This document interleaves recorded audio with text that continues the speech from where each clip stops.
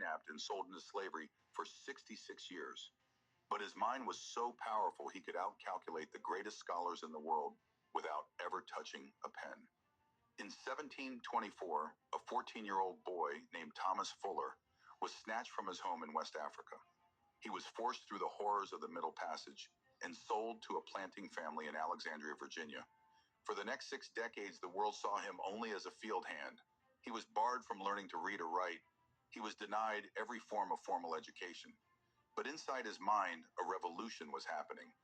Fuller taught himself the complex laws of arithmetic by counting the mundane details of his enslavement: the hairs in a cow's tail, the grains in a bushel of wheat, or the distance between trees.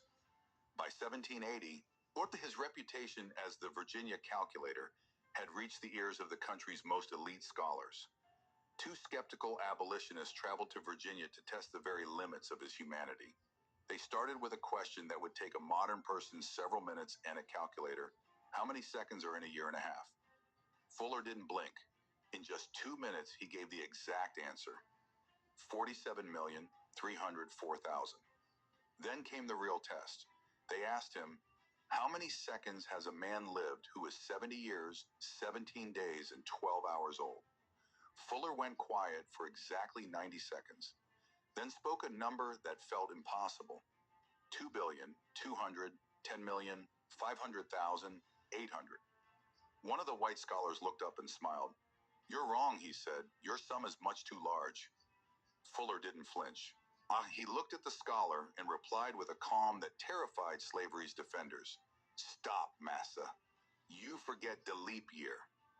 When the men added the extra days for the leap years, the numbers matched Fuller's calculation exactly. He had accounted for the rotation of the earth in his head faster than they could calculate it on paper.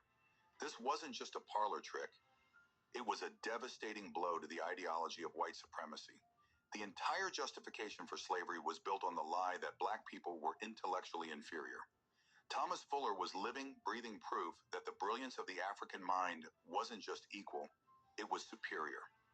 Dr. Benjamin Rush eventually used Fuller's story to argue for abolition, showing that the Negro mind was capable of the highest levels of science. When a visitor once told Fuller it was a pity he had never been educated, the old man gave an answer that echoes through history.